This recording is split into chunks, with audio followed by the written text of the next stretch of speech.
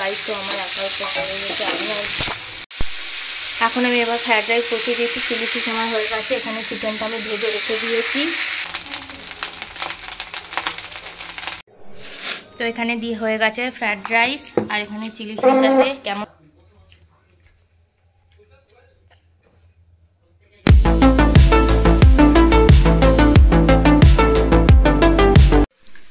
Good morning. তো আজকে দেখো রান্না বসিয়ে দিয়েছি। এখানে মা বাপি মেয়েটার ভাত হচ্ছে, এখানে মা আর বাপির মেয়েটার চিকেনের ঝোল হচ্ছে। আজকে আমাদের হবে হচ্ছে ফ্রায়েড রাইস হবে, চিকেন ফ্রায়েড রাইস। তার জন্য আমি এখানে সমস্ত আনাজগুলো ধুয়ে ভালো করে কেটে রেখে দিয়েছি। এখানে চিকেন কুচিয়ে রেখে দিয়েছি। এখানে চিলি ফিশ করব, ক্যাপসিকামগুলো বেছে ভালো করে ধুয়ে রেখে দিয়েছি। এবার একটু গাটার চানটা করে উপরে যাব। এখানে চিলি ফিশের মাছ রাখা আছে, আর তার সাথে আমি 2-4টে চিকেনের কুচিও দিয়ে দেবো। চিকেনটা ধোবো বলে ওর মধ্যে কাঁচা লঙ্কা দিয়েছি। আর এটা হচ্ছে আমাদের গাছের পেঁয়াজ কলি, ওটা দিয়ে চিলি ফিশ করব। এই হচ্ছে আজকে আমাদের রান্না। কোনো রকমে মেয়েটার রান্নাটা করে নিয়েছি। আর ওখানে মেশিন চালিয়েছি, জল দিয়েছি, বাসনগুলো আছে ওর উপর টুলের ওপর ভাবছি রেখে দেবো, তাহলে একটু ধুতে সুবিধা হবে। এই দুটো করে আমি গাটা ধুয়ে অন্তত ঠাকুর ঘরটা করে দিয়ে আসি। ফ্রায়েড রাইসের চাল এখানে হয়ে গেছে। আমি এখানে এবার চিলি চিকেনটা বসিয়েছি, চিলি ফিশটা বসিয়েছি। ওই চিকেন ফিশ একসাথে সব দেওয়া আছে। আমি শরীরটা ঠিক নেই বলে সব কাজ একসাথে এত না পাচ্ছি না। এটা সব দায়িত্ব আমার একার উপর পড়ে গেছে, আমি আর সামলে উঠতে পারি না। তো যাই হোক, চলো রান্নাটা করে নিই। মেয়ের খাওয়া চান হয়ে গেছে। এখানে আমি সব সস, সয়া সস, ভিনিগার সব দিয়ে দিয়েছি। এবার একটুখানি নুন দিয়ে দিই অল্প। এই তো সয়া সস আছে বলে আমি কম নুন দিয়েছি। এখন আমি এবার ফ্রায়েড রাইস বসিয়ে দিয়েছি। চিলি ফিশ আমার হয়ে গেছে। এখানে চিকেনটা আমি ভেজে রেখে দিয়েছি। আর এখানে কড়াইশুঁটি আছে, 3 রকম ক্যাপসিকাম আছে, গাজর আছে, বিনস আছে, পেঁয়াজ আছে, রসুন আছে, দিয়ে ভালো করে ভেজে নিচ্ছি। একটুখানি হালকা ভিনিগারও দিয়েছি। এখানে আমার চাল রেডি আছে। এগুলো ভাজা হয়ে গেলে আমি তারপর চালটা দিয়ে আগে তুলে নেবো মেয়েটা, তারপর আমি এখানে কাঁচা লঙ্কা কুচি দেবো। ব্যাস হয়ে গেলে আমার গ্যাস ফ্যাস মুছে রান্না কমপ্লিট। তারপর জামাটা ছেড়ে মেয়েটাকে ঘুম পাড়াবো।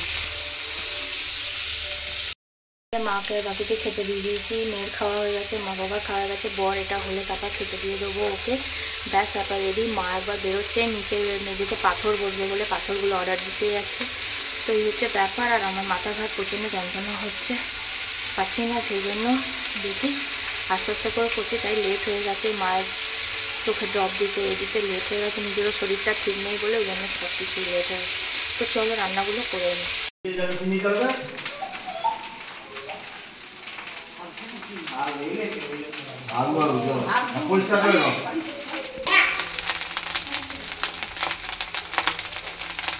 ব্যাগের সামনে ফোন আছে। তো এখানে দিয়ে হয়ে গেছে ফ্রায়েড রাইস, আর এখানে চিলি ফিশ আছে। কেমন হয়েছে জানি না, দেখতেও কেমন হয়েছে বিচ্ছিরি টাইপের, কিন্তু তবুও ঠিক আছে। না শরীর খারাপে যা পেরেছি করেছি। কি বসবে? তাহলে কি করব? চশমা আমি চোখে দেখতে পাবো না তো। আরে তোমার মেয়ে আমার চোখে চশমা চাইছে, আমি চোখে দেখতে পাবো?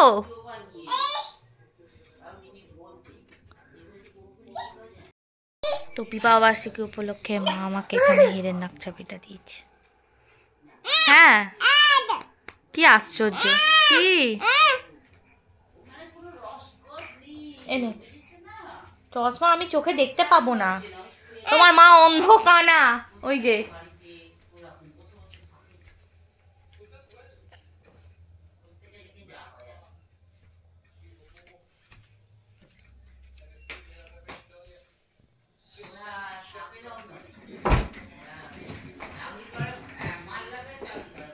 ভালো লাগছে নিজেকে দেখতে।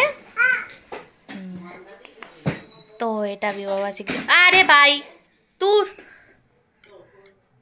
তো এটা বিবাহবার্ষিকীতে মা দিয়েছে, বর দিয়েছে এই লকেটটা, আর আংটিটা দিয়েছে, আর আমার মা দিয়েছে হচ্ছে একটা টার্সেলের উপর লকেট, তো ওটাও দেখাবো, ছবি দিয়ে দেবো, ঠিক আছে? কি হয়েছে?